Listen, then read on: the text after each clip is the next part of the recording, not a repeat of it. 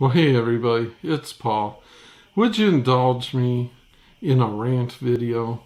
I'm not a real ferocious ranter. In fact, they call me the mild ranter. And that is because, life's too short to get all too excited about everything. So I thought I'd do one of my famous YouTube, famous for about 40 viewers, famous YouTube rant. And this concerns Craigslist. I use Craigslist quite a bit. I sell stuff on Craigslist. I buy stuff on Craigslist. I bought my speedboat on Craigslist. I bought my boat lift on Craigslist. I bought the jet ski on Craigslist. I've sold guitars, amps, tractors, pretty much everything and anything you can think of can be bought or sold on Craigslist. And, there's a certain standard that I go with. If I'm selling something that has a flaw in it, I don't try to hide it. I don't want to waste the person's time that's coming out to see it. I don't want to waste my time, because when the person comes out and sees the flaw, then they're not going to want to buy it. I'm not going to try to talk them into buying something they don't want to buy. They would have wasted their time plus my time sticking around the house, giving them directions or talking to them about it, and then waiting for them to come and all this. It's better to be upfront. If it has a flaw, I take a picture of it. I zoom in on it. I describe it. I tell it exactly how it is up front. I want you to know it's got a scratch, it's got a ding, it's got whatever it's got. Apparently, this isn't always the case on Craigslist. And I think, and I may be wrong, that's why I want you guys to let me know. It seems to be on the cheaper stuff, right? The least expensive stuff, you get more of a hassle. That's what I've run into. It's like you can buy a nice speedboat and people are up front and they're not, I guess there's always bad apples. I haven't had any problems with the higher end kind of ticket stuff.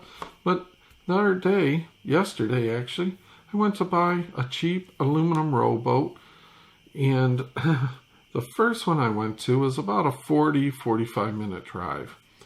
Now I talked to the guy, and the ad says the motor, the little motor, Mercury motor, says it runs excellent. Okay, so that, to my mind, means something. It runs excellent. Oh, that's good. That's what you want, So I get out there, and me and Ben are looking at the motor. It's got cobwebs on it. Seriously, no joke. The boat wasn't covered. The gas can sitting there and everything. It just looks really rough.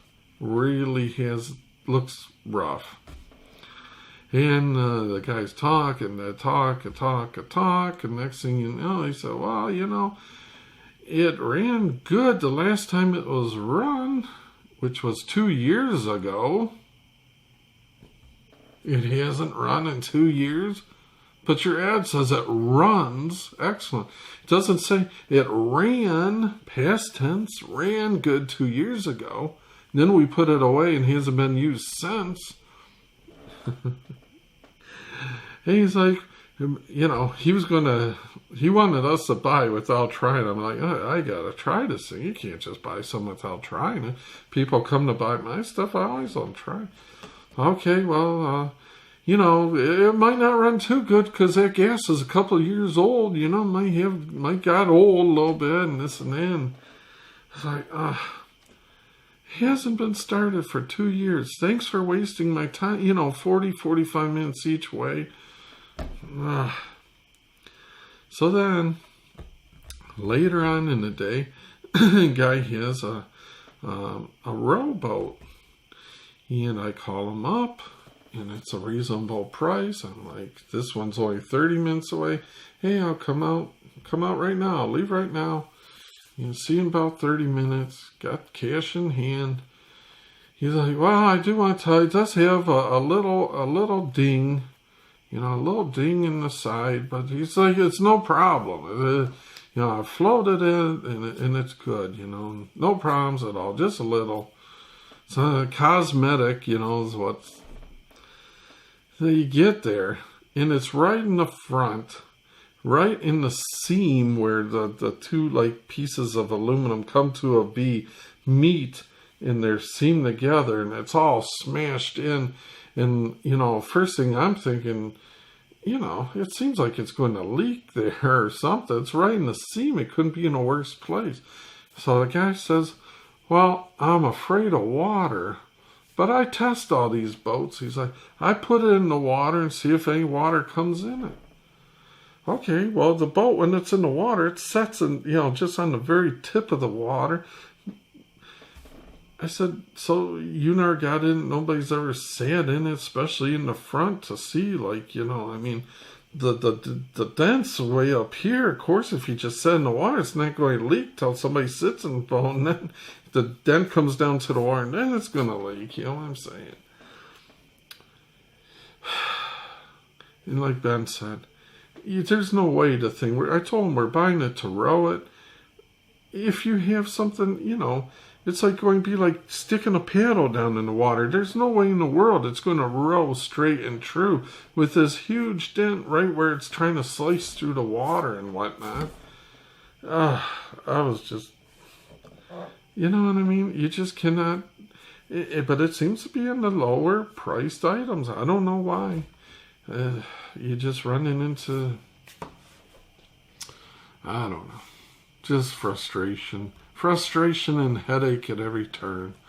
That is my Craigslist rant. You got to really be careful before you drive out. You know, I guess you just got to really third degree people, but they tell you, you know, it runs, and it doesn't mean it runs today. It means it ran 2 years ago. So I'm just saying, you know, watch.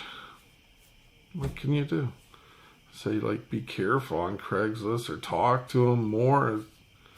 You can't, though, you know. You got to kind of see it. And people just aren't up front. It's disappointing. Anyways, guys, that is our latest. We're trying to add one more piece to the armada, one more piece to the fleet. I'd like a little rowboat. Back in my younger days, I used to row all over, and it's really good. You use just different muscles and stuff than the kayak, and I could be able to, you know, get up and stretch when I want to. And I still love my kayak, but it's more of a digging front ways, and this is more of a back. So just thought it'd be nice, you know, to have a little cheap rowboat. But we will continue the quest, and if there's any more problems or good things, you will, of course, be the first to hear about it. Thanks for putting up, giving me your time. I dearly appreciate it. Thanks so much. Until next time, we'll see yous.